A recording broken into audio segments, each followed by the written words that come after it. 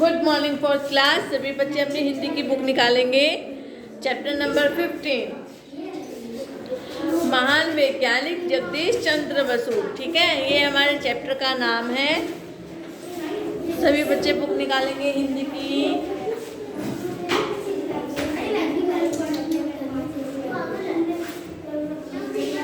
क्या है? उसके बाद देखिए, प्रस्तुत पाठ में हमारे देश के महान वैज्ञानिक चंद्र बसु के जीवन और उनके आविष्कारों के बारे में बताया गया है। उन्होंने सिद्ध किया था कि पेड़ पौधों में भी जीवन होता है। उस समय हमारा देश भारत अंग्रेजों का गुलाम था। जगदीश चंद्र बसु भी इससे प्रभावित थे। उन्होंने सिद्ध किया कि पेड़ पौधों में भी जीवन होता है। उस समय हमारा देश भारत अंग्रेजों का गुलाम था। जगदीश चंद्र बसु भी इससे प्रभावित थे, परंतु संघर्ष करते हुए उन्होंने अपने सफलता पाई और अपने नाम को इतिहास में स्वर्णिम अक्षरों में लिखवाया। ठीक है,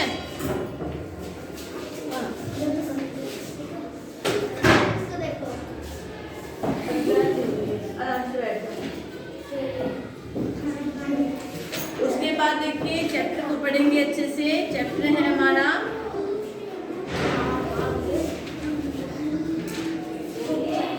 10 मई सन 1901 की बात है। रॉयल सोसाइटी लंदन का हॉल विख्यात वैज्ञानिकों से झसाझस भरा हुआ था। 10 मई सन 1901 की बात है। रॉयल सोसाइटी लंदन का हॉल विख्यात वैज्ञानिकों से ठसाठस भरा हुआ था। वे सब जगदीश चंद्र बसु का प्रयोग देखने आए थे कि पेड़ पौधों और धातुओं में संवेदना होती है। जगदीश चंद्र बसु ने कहा था कि पेड़ पौधों में भी क्या है, जीवन होता है। इसी का प्रयोग देखने के लिए सभी वहां पर उपस्थित हुए थे। उन्होंने जितने प्रयोग परीक्षण किए थे उनमें से एक यह भी था कि एक अत्यंत संवेदनशील उपकरण, बसु का एक अपना आविष्कार, जो पौधों से सस्पेंड मापन के लिए था, एक पौधे से जोड़ दिया गया। फिर पौधे के तने को जड़ समेत एक ऐसे बर्तन में डुबो दिया गया जिसमें ब्रोमाइन विष भरा था। पौधे की जड़ की ब्रोमाइन विष में डूबी हुई थी। बसु आशा के साथ स्क्रीन पर हल्के धब्बों को देख रहे थे, जो पौधे के सस्पेंड का संकेत करते थे। सभी लोगों की दृष्टि भी वहीं टिकी हुई थी। पौधे भी नब्ज की धड़कन को बहुत बिंदु पहले घड़ी के पेंडुलम की तरह नियमितता से आगे पीछे अंकित कर रहे था।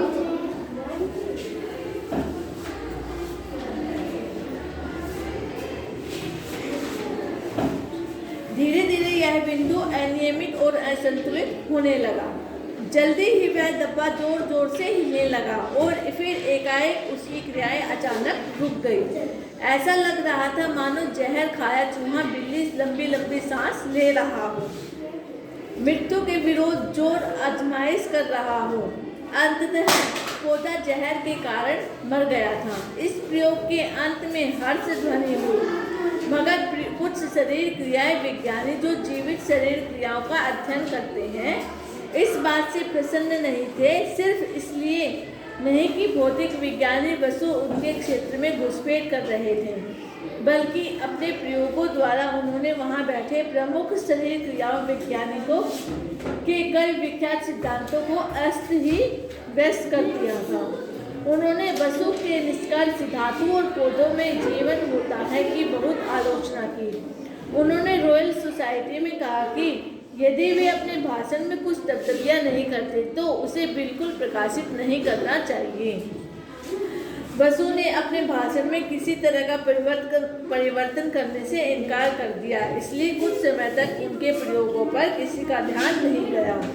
बसु जल्दी हार मानने वाले नहीं थे। उन्होंने बचपन से ही मुसीबतों के विरुद्ध लड़ना सीखा था। बसु का जन्म 30 नवंबर 1858 में बंगाल में मेमनसिंह जिले में हुआ था। यह जिला अब बांग्लादेश में है। वे बचपन से ही रामायण और महाभारत पढ़ते थे। महाभारत में कर्ण था, जिससे सफलता के लिए जीवन भर संघर्ष किया। उन्होंने बहुत प्रभावित किया कि इसी के उनसे उन्होंने क्या है प्रेरणा दी। ये वह विश्वास करने लगे कि सच्ची विद्या का जन्म पराजय से ही होता है। सभी रिवाइज करेंगे कि किस प्रकार से बसु ने अपने वैज्ञानिक का अध्ययन करने के लिए सभी को बुलाया था और उन्होंने पौधे पर अपना जो था उस पर विज्ञान किया, तो सभी उससे क्या है सीखने लगे। उन्होंने कहा कि अपने बातों पर, अपने भाषण पर कुछ प्रकार का परिवर्तन करें। तो क्या करा, चंद्र बसु ने उसको करने से मना कर दिया और इसी प्रकार उसके जो बचपन में मुसीबतों का विरोध था उसने जो उसको लड़ना सीख लिया था। उसका जन्म कहाँ हुआ था? 30 नवंबर 1858 में बंगाल के मेमनसिंह जिले में उसका जन्म हुआ था। वो अब बांग्लादेश में है। उसके बाद जो रामायण महाभारत पढ़ने में वो बहुत रुचि रखते थे। महाभारत में कर्ण था, जिससे कर्ण के सभी सिद्धांतों को वो अपने जीवन में अपनाते थे।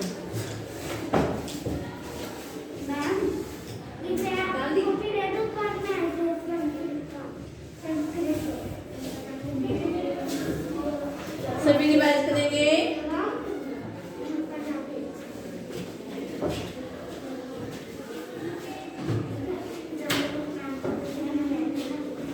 आगे देखिए, जब उन्होंने सेंट जेवियर कॉलेज कलकत्ता में प्रवेश लिया तो उन्हें अंग्रेज और एंग्लो इंडियन लड़कों की संगति मिली।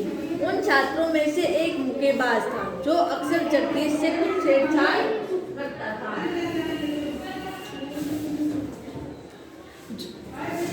एक दिन जगदीश इस छेड़छाड़ को सह न सके और उस लड़की का सामना करने लगे।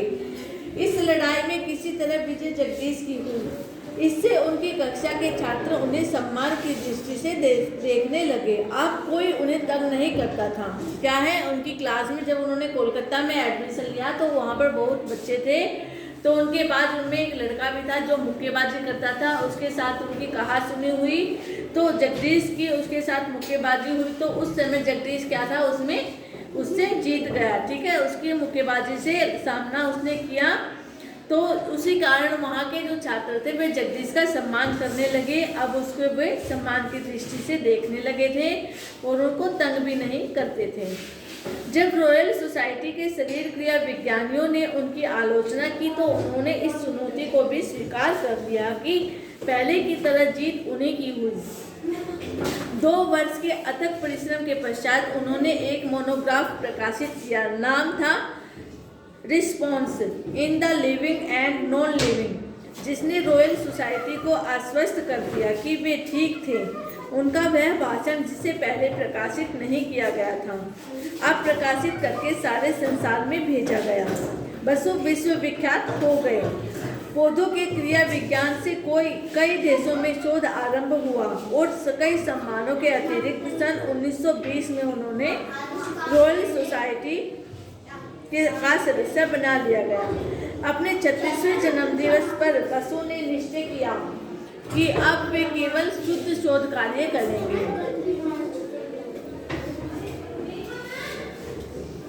हेनरिच हर्टज और उनके उत्तराधिकारियों पर ओलिवर लॉज में लेख ने बोस को बहुत प्रभावित किया। आजकल जिन्हें रेडियो वेव्स कहते हैं, उन्होंने उस पर शोध कार्य शुरू कर दिया। यद्यपि शोध के लिए उन्होंने कॉलेज से कोई सहायता या धन नहीं मिला, फिर भी उन्होंने स्वयं 3 महीने में उपकरण तैयार करके शोध कार्य आरंभ कर दिया।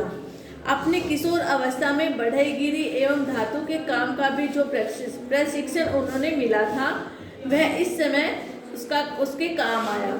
इस प्रशिक्षण की वजह से उन्होंने अपने प्रयोगों के लिए कई संवेदनशील उपकरण बनाए। यद्यपि बसु जीवन विज्ञानी के रूप में अधिक प्रसिद्ध हैं, लेकिन वे महान भौतिक शास्त्री भी थे।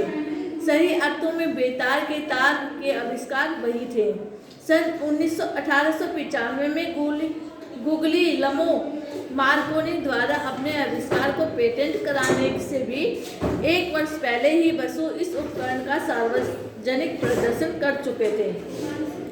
उन्होंने सबसे पहले ऐसा यंत्र बनाया जिससे माइक्रोवेव ऐसी रेडियो तरंगे जो बहुत ही सूक्ष्म होती है, बहुत छोटी होती हैं, उत्पन्न हो सकती थी। वे प्रथम व्यक्ति थे जिन्होंने पदार्थों की संरचना समझने के लिए माइक्रोवेव का उपयोग किया। उनके द्वारा बनाए गए एक यंत्र को अब वेव गाइड के नाम से पुकारा जाता है। क्या नाम था उसका? वेव गाइड के नाम से उसके चंद्र बसु के यंत्र को पुकारा जाता है। अब वह आधुनिक इलेक्ट्रॉनिक और आणविक उपकरणों का आवश्यक भाग है। बसु ने बहुत संवेदनशील कोरियर उपकरण बनाया जो रेडियो वेव्स का पता लगाता है। इसके विस्तृत अध्ययन के दौरान वे भौतिक शास्त्र से धातुओं और फिर पौधों के अध्ययन पर आ गए। उन्होंने पाया कि कोरियर की संवेदनशीलता लंबे समय तक नियमित रूप से उपयोग में लाने में कम हो जाती है। दूसरे शब्दों में वह थक जाता है और लगता है वास्तव में वही बात थी, क्योंकि यंत्र को कुछ समय आराम देने के लिए जब फिर से इस्तेमाल किया जाता तो उसकी संवेदनशीलता जो है वो वापस आ जाती है। इससे स्पष्ट था कि धातुओं में भी समझने और महसूस करने की क्षमता होती है। बोस ने कई संवेदनशील उपकरणों का आविष्कार किया। इनमें सबसे आश्चर्यजनक था क्रेस्कोग्राफ। ऐसा उपकरण है जो पौधों की वृद्धि दर का पता लगाता है। इसकी संवेदनशीलता का इसी से पता चलता है कि वह पौधे की ऐसी वृद्धि नाप सकता है जो पौधे की गति से भी 20,000 गुना कम होती है। ठीक है, चंद्र बसु ने ऐसे उपकरणों का प्रयोग किया था जिससे क्या होता था, पौधों की दर के बारे में पता चलता था। और उन्होंने एक वेव का इस्तेमाल भी किया था जो आगे चलकर विख्यात हुआ। सभी इसको रिवाइज करेंगे।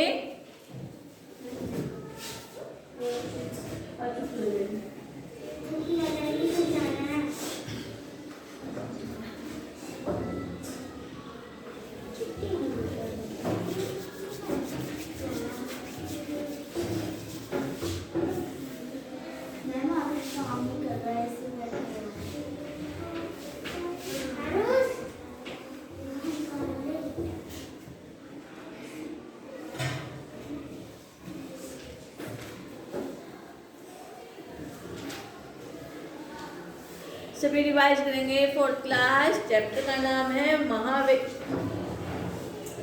महान वैज्ञानिक जगदीश चंद्र बसु। ठीक है, किस प्रकार से जगदीश चंद्र बसु ने अपने जीवन में संघर्ष किया था। उन्होंने क्या कहा था कि पौधों में भी जीवन होता है। ठीक है, उसी के लिए उसकी सभा थी जो प्रस्तुत हुई थी और उन्होंने पौधों पर एक्सपेरिमेंट भी किया था। तो जिस प्रकार उसने जहर में पौधे को डाला, जिस प्रकार से सांस निकलती है उसी प्रकार से वो पौधा भी मर गया। ठीक है, इस प्रकार वहाँ पर जितने भी वैज्ञानिक बैठे थे उन्होंने सभी की इसकी आलोचना की और अपने विचारों को बदलने के लिए भी उनको कहा, परंतु जगदीश ने अपने विचारों को नहीं बदला। वो ऐसे ही अपने जीवन में बढ़ते रहे। उन्होंने क्या था, रामायण और महाभारत के पढ़ने में शौकीन थे। महाभारत में कर्ण था जिन्होंने उसके गुणों को अपने जीवन में उन्होंने धारण किया था। आगे चलकर उन्होंने बहुत से आविष्कार भी किए, बेतार के तार और वेव माइक्रोवेव का भी उन्होंने एक ऐसा वो किया था एक्सपेरिमेंट जिससे उन्होंने आगे सफलता प्राप्त हुई थी। उन्होंने एक ऐसा उपकरण भी बनाया था जो क्रेस्कोग्राफ, जिससे पौधों की दर के बारे में पता लगता था। ठीक है, वो उसकी दर के 20 गुना तक कम होती थी। सभी इसको रिवाइज करेंगे। 4th class,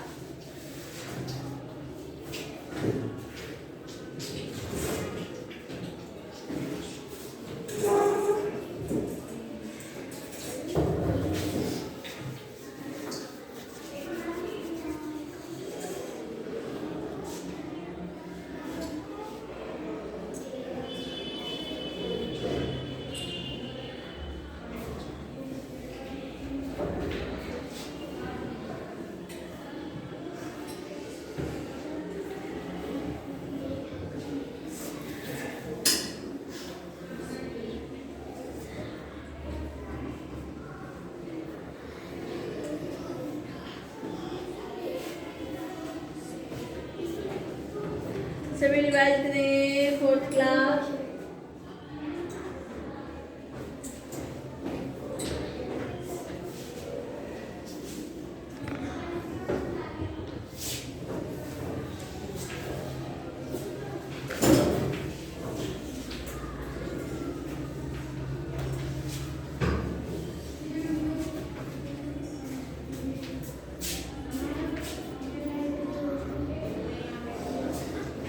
Okay for class. Thank you.